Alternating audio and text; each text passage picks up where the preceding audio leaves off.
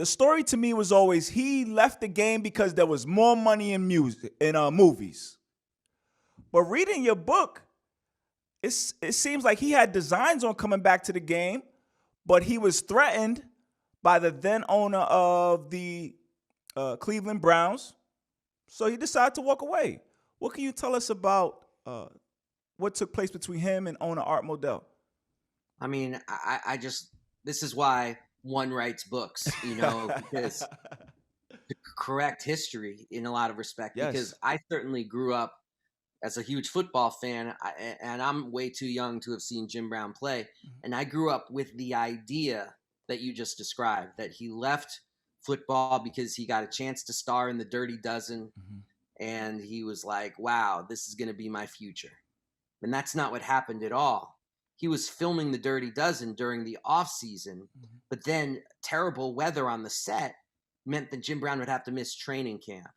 I mean, give me a break. We're talking about, at the time, the reigning NFL MVP, just 1 year off the team winning the championship. That's the last championship the Browns have won since then, 1964. Mm-hmm.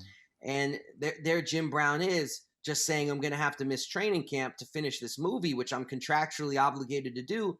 And Art Modell gave him like a small fine, said like, for every day you miss training camp, this is how much money you're going to be charged. And Jim Brown took that as an affront to his, as he put it himself, to his manhood. Yep.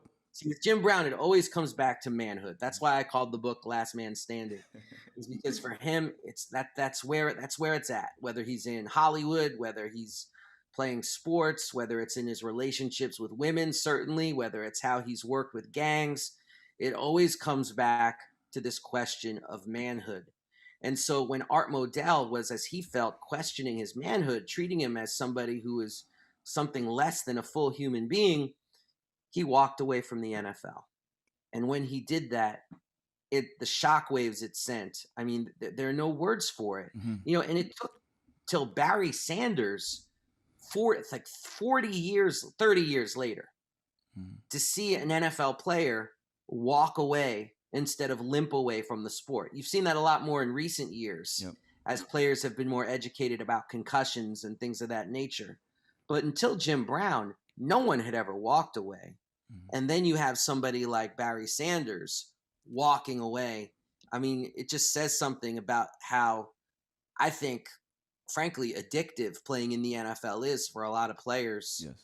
And how difficult it is for them to imagine a life outside the league. Mm-hmm. And for Jim Brown, he was able to imagine and envision a life for himself. And that made him a powerful and, in the eyes of the movement, a revolutionary figure.